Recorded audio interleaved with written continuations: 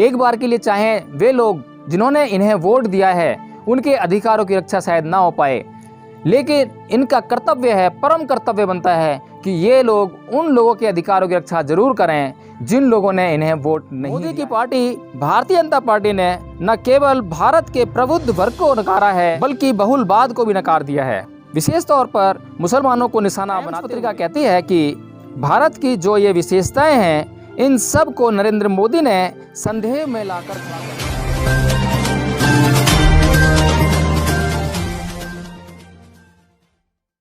जय भीम, नमो बुद्धाय। साथियों, जैसा कि आप लोग जान रहे होंगे कि अभी कुछ दिन पहले विश्व की सबसे बड़ी व प्रसिद्ध पत्रिका टाइम्स मैगजीन में नरेंद्र मोदी को विश्व के 100 सबसे शक्तिशाली व्यक्तियों में शामिल किया गया।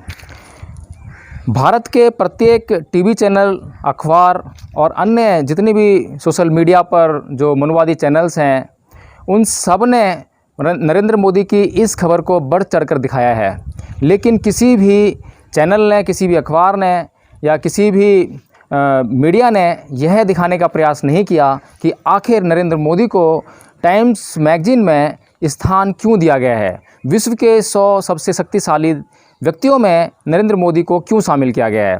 साथियों, टाइम्स मैगजीन में जो नरेंद्र मोदी के बारे में लिखा गया है उसको पढ़ने से ही यह बात साफ हो सकेगी कि आखिर नरेंद्र मोदी को टाइम्स मैगजीन ने विश्व के 100 सबसे शक्तिशाली व्यक्तियों में शामिल क्यों किया है।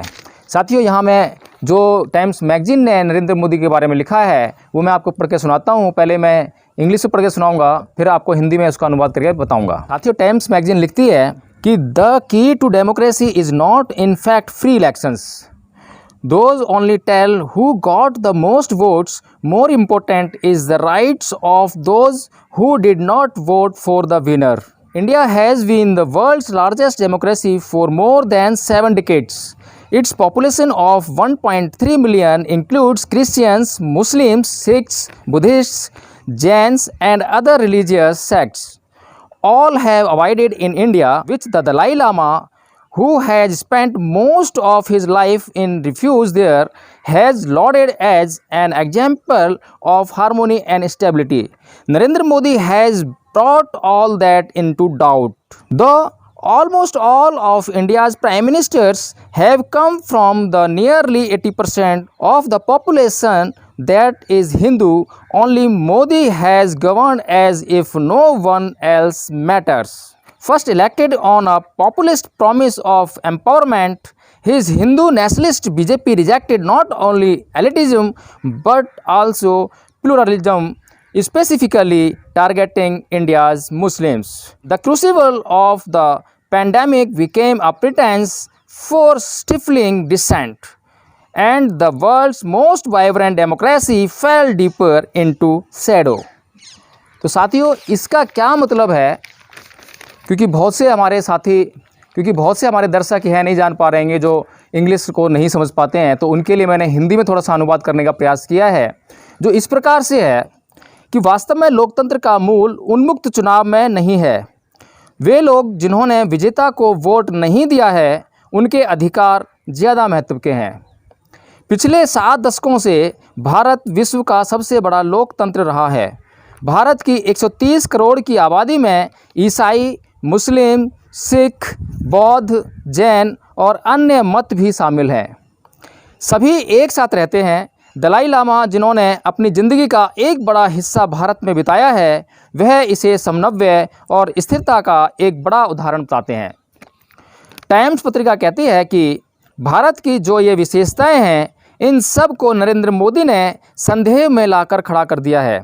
हालांकि भारत के सभी प्रधानमंत्री हिंदू संप्रदाय से आए हैं, लेकिन मोदी ने इस प्रकार शासन किया है कि जैसे उनके लिए किसी बात का कोई महत्व ही ना हो। मोदी ऐसे पहले प्रधानमंत्री हैं जो भारत के सशक्तिकरण के वायदे पर चुनाव जीतकर आए हैं। मोदी की पार्टी भारतीय जनता पार्टी ने न केवल भारत के प्रबुद्ध वर्ग को नकारा है बल्कि बहुलवाद को भी नकार दिया है। विशेष तौर पर मुसलमानों को निशाना बनाते हुए कोरोना महामारी विपक्षियों का दम घोटने के लिए मोदी का एक बहाना बन गया और विश्व का सबसे बड़ा जीवंत व प्रकाशमान लोकतंत्र बहुत गहरे अंधकार में धंस गया। तो साथियों, टाइम्स पत्रिका ने नरेंद्र मोदी के शासनकाल के, अभी नरेंद्र मोदी का दूसरा शासनकाल चल रहा है, और इन दोनों शासनकाल में जो गतिविधियां भारत के अंदर हुई, जितना समर्थन भारत की जनता से, भारत के सभी धर्मों के लोगों से नरेंद्र मोदी और उनकी पार्टी को मिला, या जितना विरोध नरेंद्र मोदी और उनकी पार्टी की नीतियों का विभिन्न धर्मों या जनता के विभिन्न वर्गों ने किया, उस आधार पर टाइम्स पत्रिका ने नरेंद्र मोदी को विश्व के 100 शक्तिशाली व्यक्तियों में शामिल करने का काम किया है। साथियों, जो टाइम्स पत्रिका है उसका इन बातों से कोई लेना देना नहीं है कि कोई व्यक्ति सकारात्मक काम करके 100 शक्तिशाली व्यक्तियों में शामिल होता है या कोई नकारात्मक काम करके 100 व्यक्तियों में शामिल होता है। महत्वपूर्ण बात यह है कि कौन सा व्यक्ति विश्व के शक्तिशाली व्यक्तियों में से है और किस बात से वह शक्तिशाली है, इस बात को मद्देनजर रखते हुए उसका विवरण देते हुए टाइम्स पत्रिका ने इन 100 व्यक्तियों की सूची बनाई है, जिसमें कि नरेंद्र मोदी को जिस बात के लिए शामिल किया है वो मैंने आपको पढ़ के सुनाई है। जैसा कि टाइम्स पत्रिका ने लिखा है, उसने बहुत ही महत्वपूर्ण तरीके से कोट किया है कि भारत के मुस्लिम्स के अधिकारों को नकारते हुए, उनकी आवाज़ को दबाते हुए, विपक्षियों का दम घोटकर जो भारत का प्रबुद्ध वर्ग है, पढ़ा लिखा वर्ग है, विद्वान वर्ग है, जो हर नीति पर कड़ी नज़र रखता है, उसकी विवेचना करता है, उसकी समालोचना करता है, उसका गला दबाते हुए इस मोदी सरकार ने जो कारनामे किए हैं उनको आधार बनाकर टाइम्स पत्रिका ने नरेंद्र मोदी को विश्व के 100 शक्तिशाली व्यक्तियों में शामिल किया है। साथियों, जैसा कि पत्रिका ने लिखा है कि लोकतंत्र में जो आदमी जीत कर आता है, क्योंकि लोकतंत्र जो है फ्री इलेक्शन होता है, जैसा कि पत्रिका में कहा है, और फ्री इलेक्शन का मतलब यह है कि कोई भी व्यक्ति किसी को भी वोट दे सकता है। लेकिन साथियों, इसमें कुछ लोग ऐसे भी होते हैं जिन लोगों ने उस व्यक्ति को वोट नहीं दिया है जो जीत कर आया है। अब ऐसे लोगों के अधिकारों का क्या उनके अधिकारों का दम घोटा जाएगा, उनका गला काटा जाएगा, या उनके अधिकारों को दबाया जाएगा, कुचला जाएगा? उनके अधिकारों की रक्षा कैसे होगी? साथियों, इसी महत्वपूर्ण प्रश्न पर टाइम्स पत्रिका ने नरेंद्र मोदी पर बड़े सवाल खड़े कर दिए हैं, लेकिन भारत की मीडिया ने इस बात को बिल्कुल भी उठाया नहीं है और भारत की जनता से इसको छुपाने का काम किया है कि नरेंद्र मोदी को किस बात के लिए और क्या कहकर विश्व के 100 शक्तिशाली व्यक्तियों में शामिल किया गया है। आखिर मीडिया ने ऐसा क्यों किया है? साथियों, हमें यह समझना चाहिए कि आज भारत में जो लोकतंत्र की स्थिति है वह एक तानाशाह के हाथ में आई हुई सत्ता मात्र बनकर रह गई है, इससे अधिक कुछ नहीं है। और वह तानाशाह भारत की शासन सत्ता को इस तरह से चलाने का प्रयास कर रहा है और इस तरह की व्यवस्था को बनाने का काम कर रहा है। साथियों, नरेंद्र मोदी की यह सरकार भारत के लोकतंत्र की रक्षा करने वाली हर संस्था को अपने कब्जे में लेने का काम कर रही है। आज हर संस्था को उस तरह से बनाया जा रहा है, उसका निर्माण इस प्रकार किया जा रहा है कि वह आने वाले समय में सिर्फ़ और सिर्फ नरेंद्र मोदी, बीजेपी या आरएसएस के लिए या उनके हितों के लिए ही काम करती हुई नज़र आए। साथियों, इस तरह का षड्यंत्र भारत में रचा जा चुका है और टाइम्स पत्रिका की बात हमने आपको बताई है, और जो आपको जो पढ़ के सुनाया है, इंग्लिश में पढ़ के सुनाया है, उसका हिंदी में भी अनुवाद करके सुनाया है। इंग्लिश में इसलिए पढ़ के सुनाया है ताकि ओरिजिनल टेक्स्ट आप तक पहुंचे, और उसका हिंदी में अनुवाद इसलिए करके बताया है ताकि आप उसे समझ सकें कि टाइम्स पत्रिका क्या कह रही है। साथियों, हमने कुछ भी इसमें छुपाने का काम नहीं किया है, लेकिन जो भारत की मीडिया है उसने सब कुछ छुपा लेने का कार्य किया है। उसने नरेंद्र मोदी की इन बातों को बिल्कुल भी भारत की जनता को बताने का कष्ट नहीं किया, बल्कि उसको यत्नपूर्वक छुपाया गया है। साथियों, आखिर भारत की ये मनुवादी मीडिया ऐसा क्यों कर रही है?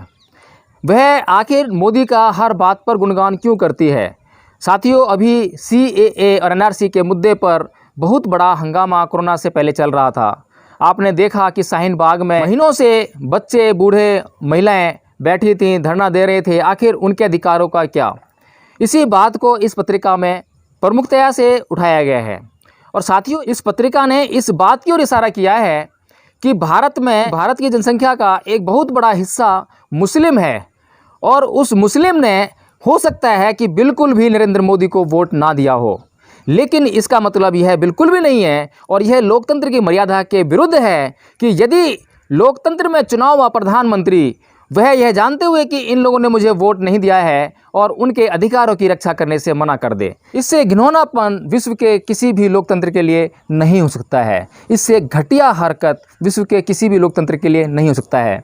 एक बार के लिए चाहे वे लोग जिन्होंने इन्हें वोट दिया है उनके अधिकारों की रक्षा शायद ना हो पाए, लेकिन इनका कर्तव्य है, परम कर्तव्य बनता है कि ये लोग उन लोगों के अधिकारों की रक्षा जरूर करें जिन लोगों ने इन्हें वोट नहीं दिया है। क्योंकि साथियों, लोकतंत्र का मतलब यह है कि चुनाव में कुछ लोग किसी को चुनते हैं और कुछ लोग किसी को नहीं चुनते हैं, लेकिन चुनाव होने के बाद, निर्णय आ जाने के बाद सभी लोगों के द्वारा यह माना जाता है कि जो लोग चुने गए हैं वे लोग किसी के द्वारा नकारे गए या किसी के द्वारा चुने गए, लेकिन वे लोग सभी लोगों का प्रतिनिधित्व कर रहे हैं और उन्हें सभी लोगों के लिए समान रूप से कार्य करना है।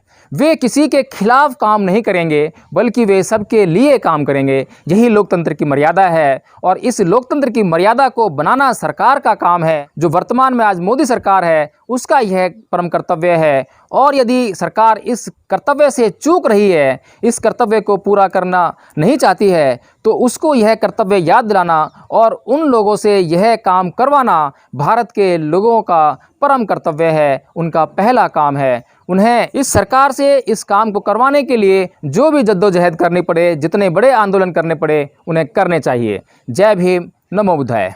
अपना चैनल, आपका चैनल, समाज का चैनल, देश का चैनल एनबी न्यूज 24/7 को आप लाइक करें, सब्सक्राइब करें और ज्यादा से ज्यादा इसकी वीडियो को शेयर करें ताकि हर खबर को मैं आप तक आसानी से पहुंचा सकूं।